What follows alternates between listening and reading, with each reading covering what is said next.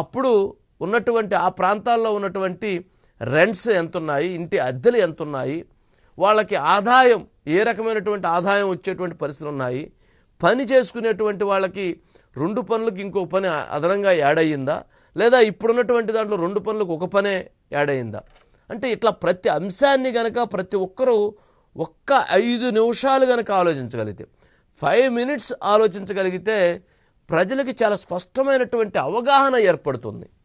మరి ఈ అవగాహనని ప్రజలు ఎంత లోతుగా ఆలోచిస్తారు అని అంటే, పాపం రాజకీయ నాయకులు అనుకుంటారు మనం ఏమి చెబితే అది వింటారు, వారు ఏముంది వారిని ఎట్లా అయినా కన్విన్స్ చేయొచ్చు, మనం అబద్ధాన్ని నిజం చేయొచ్చు, నిజాన్ని అబద్ధం చేయొచ్చు అని చెప్పని వాళ్ళు భావిస్తుంటారు. కానీ ప్రజలు అంత అమాయకులు కాదు అనేటువంటి అంశాన్ని వాళ్ళు గుర్తించాలి.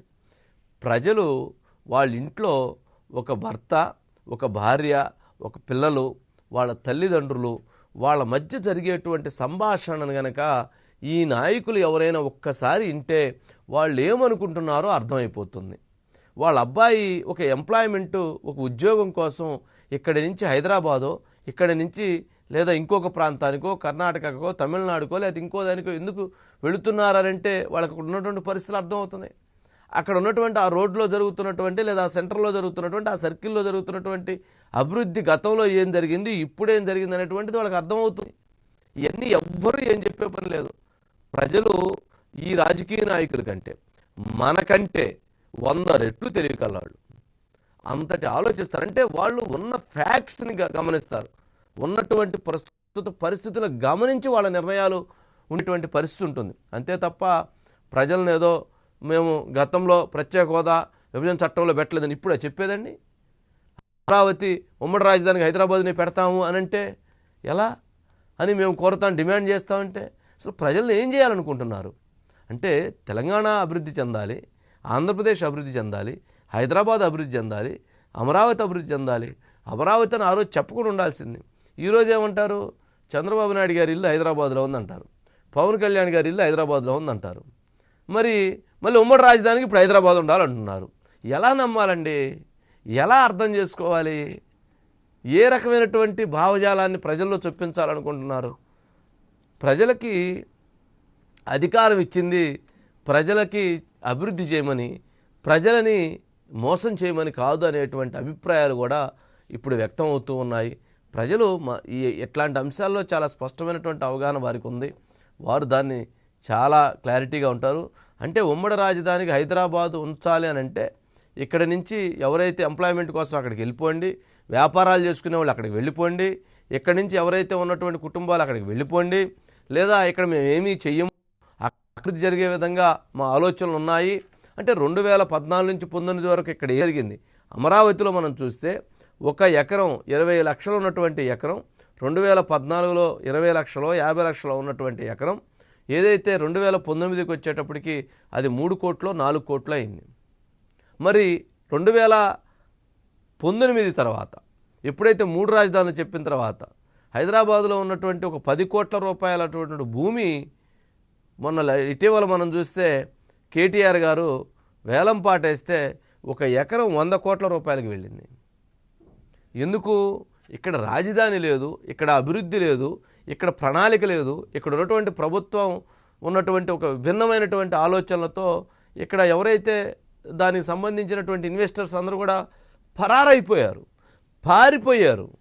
వాళ్ళకి ఎంత వేగవంతంగా స్పీడుగా పరిగెత్తగలుగుతారో అంత వేగవంతమైనటువంటి స్పీడ్తో పరిగెత్తారు.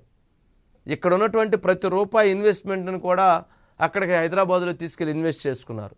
చివరికి ఆడవాళ్ళు పోపుల డబ్బా అంటే తిరగమాసులు దింసులు డబ్బాలో పెట్టుకున్న డబ్బుల్ని, ఎక్కడైతే బీరువాలో చీరల కింద దాపెట్టుకునేటువంటి డబ్బుల్ని, వాటిని కూడా హైదరాబాద్ మార్కెట్ పెరుగుతుందని చెప్పని ఇక్కడి నుంచి తీసి ఎవరో ఒకరి ద్వారా పంపించి ఇన్వెస్ట్ చేసుకున్నటువంటి పరిస్థితి ఏర్పడింది.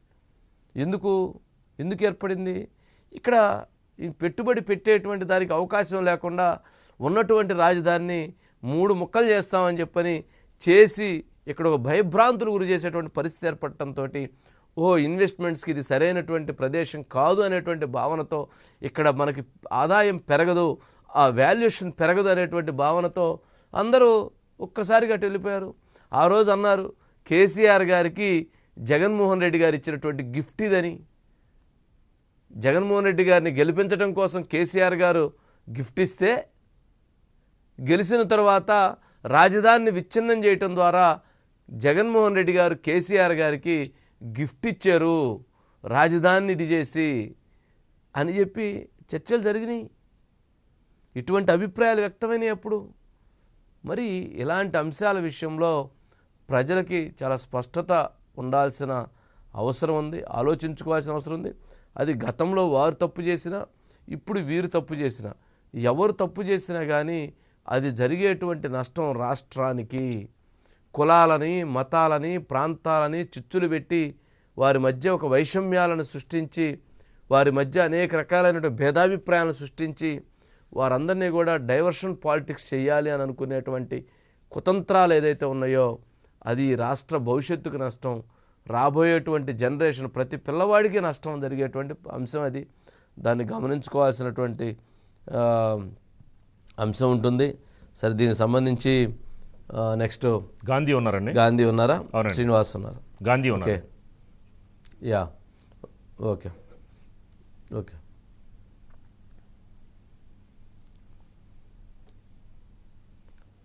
గాంధీ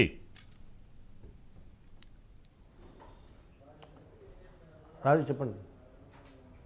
ఎస్ సార్, ఇది ఇప్పుడు కొత్తగా ఈ ఎన్నికలు సమీపిస్తున్న వేళ వైవి సుబ్బారెడ్డి గారు రాజధాని హైదరాబాద్ మరో 10 సంవత్సరాలు కంటిన్యూ చేయాలి, మేము కేంద్ర ప్రభుత్వాన్ని కోరతామంటున్నారు. ఇది మరి వైసీపీ కొత్త ఎన్నికల ప్రణాళిక అనుకోవచ్చు అంటారా గాంధీ? ఎన్నికల ప్రణాళిక అంటం కన్నా కూడా ఎన్నికల ఎత్తు అంటం అనేది ఒక బాగుంటుందని చెప్పుకోవాల్సి ఉంటుంది. ఎందుకంటే ఎన్నికల ప్రణాళిక అంటే దాదాపుగా కొన్నేళ్ల ముందు నుంచో లేకపోతే కొన్ని నెలల ముందు నుంచో కూడా ఉంటాయి ప్రణాళిక అంటే మనం ఏం చేయాలి, రేపేం చేయాలి, ఎల్లుండి ఏం చేయాలి, నెక్స్ట్ మంత్ ఏం చేయాలి, నెక్స్ట్ ఇయర్ ఏం చేయాలి అనేది ప్రణాళిక.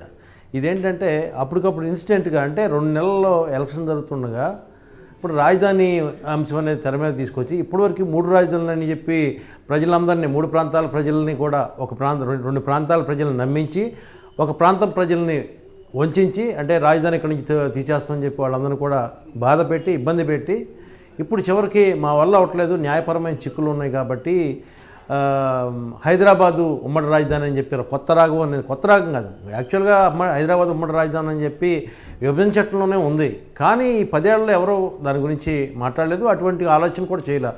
2014 నుంచి 19 వరకు టీడీపీ హయాంలో అక్కడి నుంచి రాజధాని వద్దు, ఇక్కడికి వచ్చేయాలి, ఆంధ్ర నుంచి మన పరిపాలన సాగించాలి రాష్ట్ర విభజన తర్వాత అని చెప్పి చంద్రబాబు గారు 2016 ఆ సమయంలో అక్కడ సెక్రటరియట్ అయిన కూడా ఏర్పాటు చేసి మొత్తం, అంటే రాజధానికి సంబంధించిన అంత ఇన్ఫ్రాస్ట్రక్చర్ అంతా కూడా శాసనసభలు కానీ లేకపోతే సెక్రటరియట్ కానీ అవన్నీ కూడా ఇన్స్టెంట్గా మొత్తం దాదాపుగా కొద్ది నెలల్లో పూర్తి చేసి రాజధాని సిద్ధం చేయడం జరిగింది.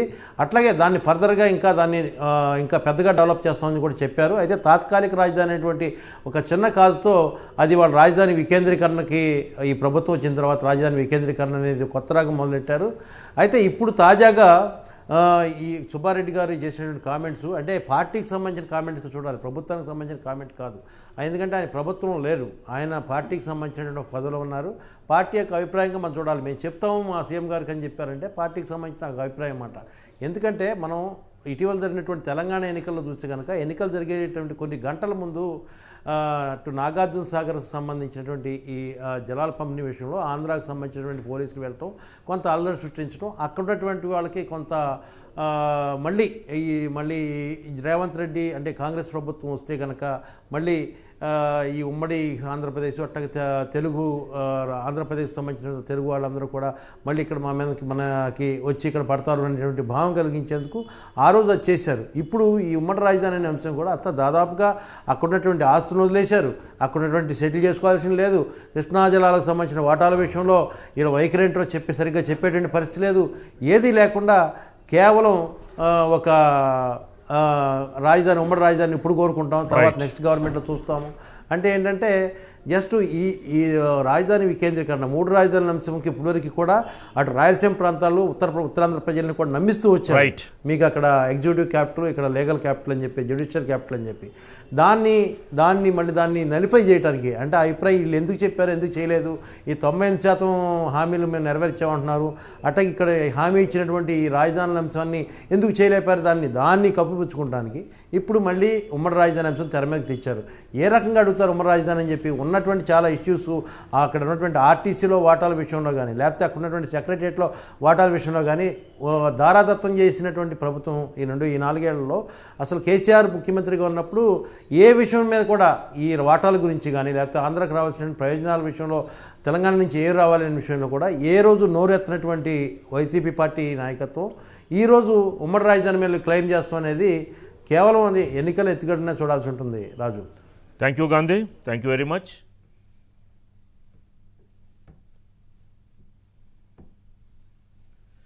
ఓకే, శ్రీనివాస్ ఉన్నాడా? ఓకే, నెక్స్ట్ టాపిక్ వెళ్ళండి. ఓకే, నెక్స్ట్ అండి.